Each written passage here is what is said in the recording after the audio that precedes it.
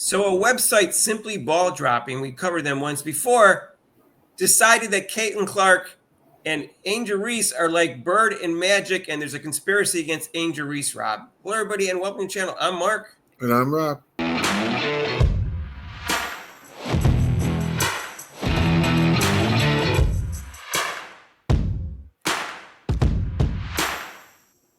So, hey, if you haven't subscribed to our channel yet, please do so at the notification bell when you do, so you get notified of our next video. And guess what? Caitlin Clark's crossover is every Monday and Thursday from 6 to 7 and 5:30, 6:30 Eastern time, respectively. And except for major holidays like Labor Day, we won't be doing it. And Memorial Day weekend. All right, Rob. And join us for that. It's like a sports reporter site forum with guest podcasters. So we talk about Caitlin Clark and all sorts of cool stuff. So this website, Simply Ball Dropping, is basically anti-Caitlin Clark, but mainly pro-Angel Reese. They think Angel Reese is the greatest thing since sliced toast, and they think she's as good as Caitlin Clark and is as big a star as Caitlin Clark. They're delusional, and they've also lied before. Like, for instance, they twisted around what Maya Moore said about leaderships. You know, that said Caitlin Clark wasn't a good leader, which she didn't say that, and they've said all sorts of things that aren't true. Where this comes from is that their new coach, Tyler Marsh, the Chicago Sky, has mentioned that she sometimes wants to put Angel Reese at the top of the key as like a point forward instead of always being under the basket. And they're going to kind of go through Camila Cardoza because she shoots better. He didn't technically say that, but we know why he's doing it because she shoots 10% higher underneath the post, 50% as opposed to like 39.5%. Yeah. So that's why they're doing that. And also Angel Reese played as a point guard early in her career. So it's not a big conspiracy against Angel Reese, but they're all worried that she's not going to get enough double-doubles. And they think just getting double-doubles signifies greatness as opposed to just worried about what the exact numbers are and they're all around play. So this particular podcast talked about that and thinks the coach, who's black, by the way, so you don't think she's got anything Angel Reese or anything like that for racial reasons. It's got is part of a conspiracy against Angel Reese. Like someone from outside is telling Marsh to do this to hold Angel Reese down. That's essentially what they seem to be suggesting, which is bizarre because this coach is hired to win. He doesn't care about any of that. And they also think that Angel Reese is as good as Caitlin Clark, and they think it's a Bird Magic thing. When if you saw the rankings by people, and there was a couple of them, Rob, was one by ESPN, and Angel Reese was ranked 25th. Another person who does a lot of WNBA stuff, he has her 26th. So that's, I mean, maybe she's somewhere between 20th and 26th, but she's not seen as a top 5 player in the league. They're not seen as equaled by neutral people. Okay. So anyways, the comparison is not even she's a forward and Clark's a guard. So there's one difference in the comparison. I get that, but Magic and Larry Bird were guards. But I mean, as far as potential, I mean, sorry. You know, Angel Reese, if she improves her offense and continues to improve her defense, yes, she could be a top 5 player in the league. But she's not there now, and Caitlin Clark is. So they're not equals. Caitlin Clark has the potential to be the greatest player of all time. Angel Reese does not. So let's keep that clear. They're not on equal levels. No. That's all this is. Because, like I said, if Camila was at the Washington Wizards, nobody would talk about it. Nobody would give a damn about her progress. But if Aaliyah Edwards is on the Sky, they'll say Aaliyah Edwards is getting annoyed. She was getting compromised because of Angel. And that's not right.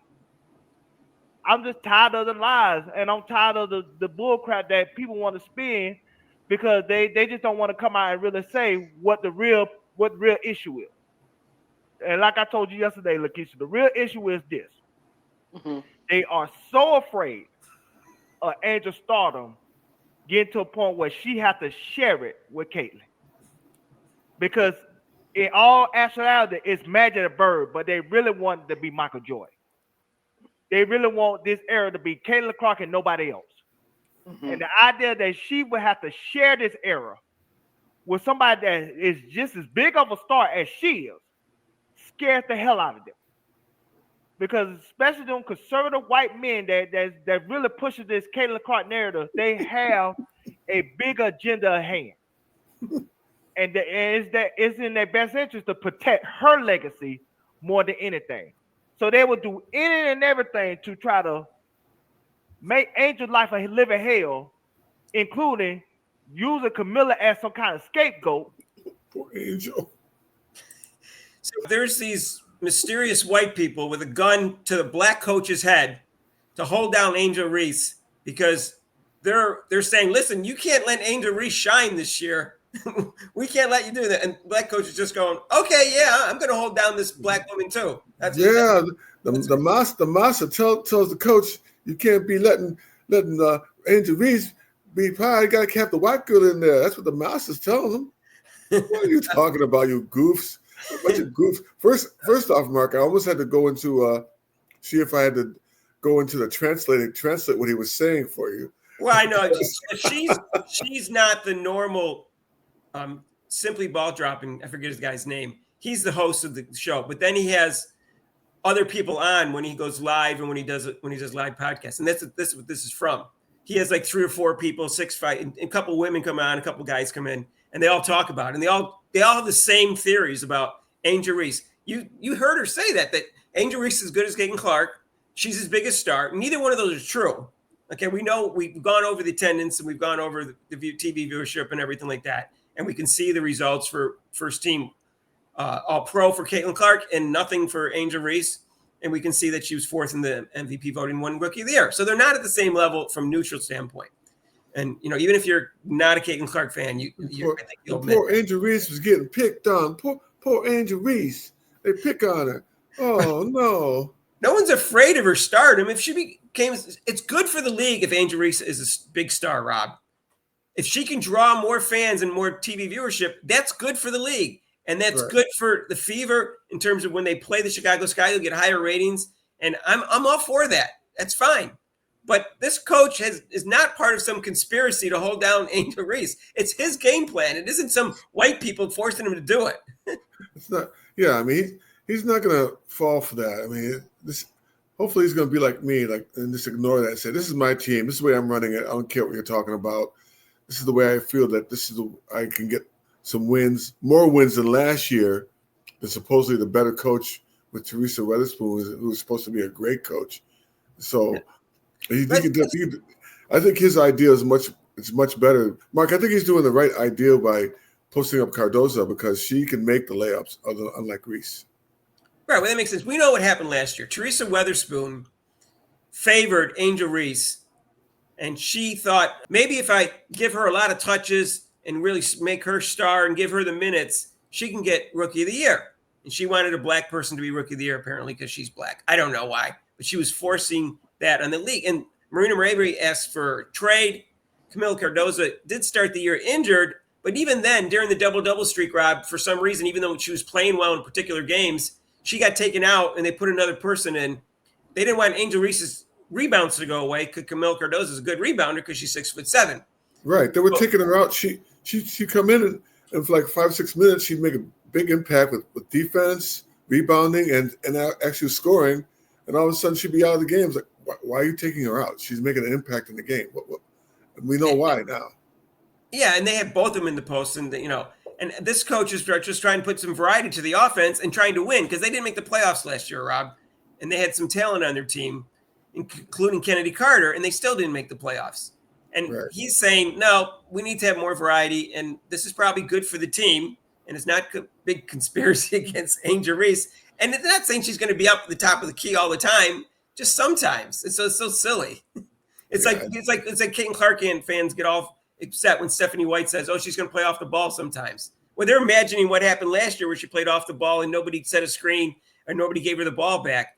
And that's not what's going to happen with Stephanie White. Same thing here. Angel Reese is still going to be in the post. She's still going to get her rebounds. She's still going to miss a lot of shots underneath. She still hasn't fixed her form, even though Lisa Leslie worked with her for a week. She resorted back in the preseason game I saw, Rob. She was shooting from down low again on her layups. So there's no comparison with Clark. I mean, there is no comparison. I don't know why they think it's a bird magic thing. It's not even close. Right. And it is a Michael Jordan thing. Caitlin Clark is the female Michael Jordan. Obviously, she's not as physically talented as Michael Jordan, but in many other ways, she is Michael Jordan, and I think she will go down as the greatest player of all time and the most exciting player in WNBA history, which is what Michael Jordan is. Both of those in NBA history. Well, Mark, I'll give her I'll give her a better analogy than Michael Jordan. That she's a better passer than Michael Jordan.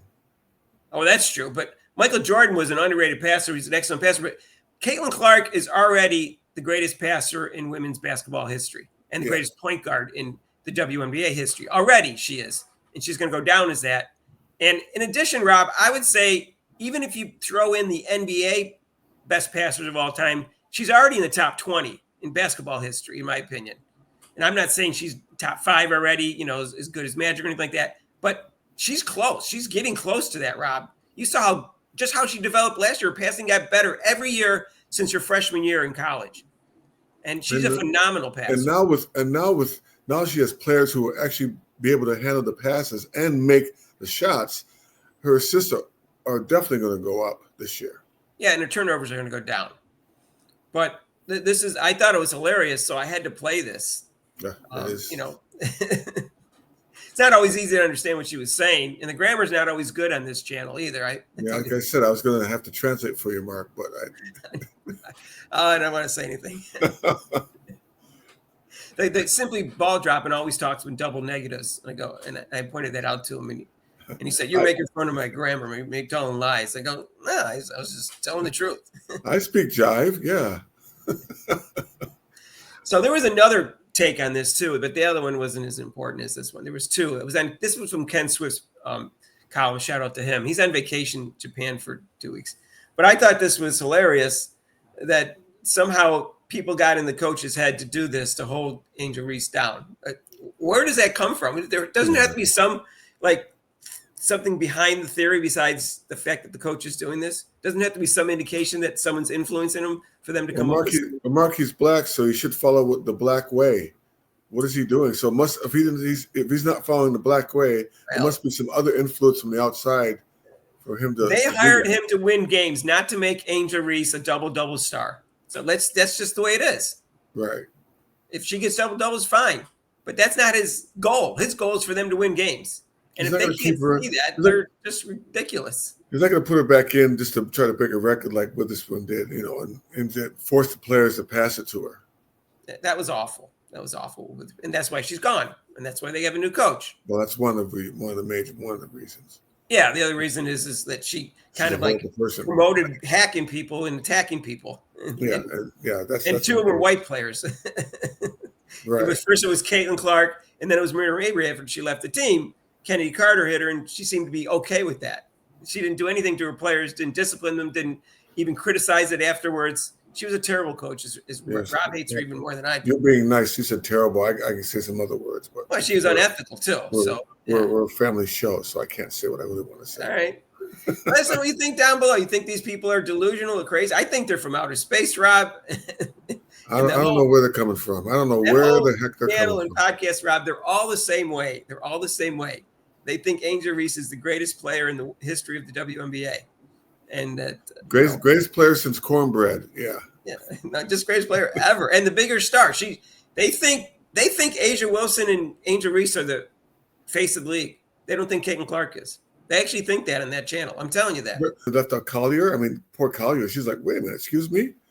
Yeah, I know. It's silly. But no, obviously Caitlin Clark is the face of the league. That's silly. You can't change the definition of face of the league just because you're unhappy with who's the face of the league. Well, they want the face of the league to be this, Mark, so. I know that. So anyways, let us know what you think down below. If you like this video, share with your family, friends, and acquaintances. And guess what, Rob? If you haven't subscribed yet, please do so. Now, Rob's probably subscribed at this point, but you probably haven't. Hit that notification bell when you do so you get notified of our next video. So, and join us for Caitlin Clark's crossover every Monday and Thursday, 6 to 7 and 5:30 to 6:30. Guest podcasters, sports reporters type form. And we talk about Caitlin Clark and all sorts of good stuff. That's Eastern time, by the way, except for major holidays like Labor Day and Memorial Day. If you want to donate to this channel, you can with super chats and super thanks down below. And there's a link to PayPal. We'll see you in the next video. Peace out. All right. Yeah, her speaking was horrible. I'm like,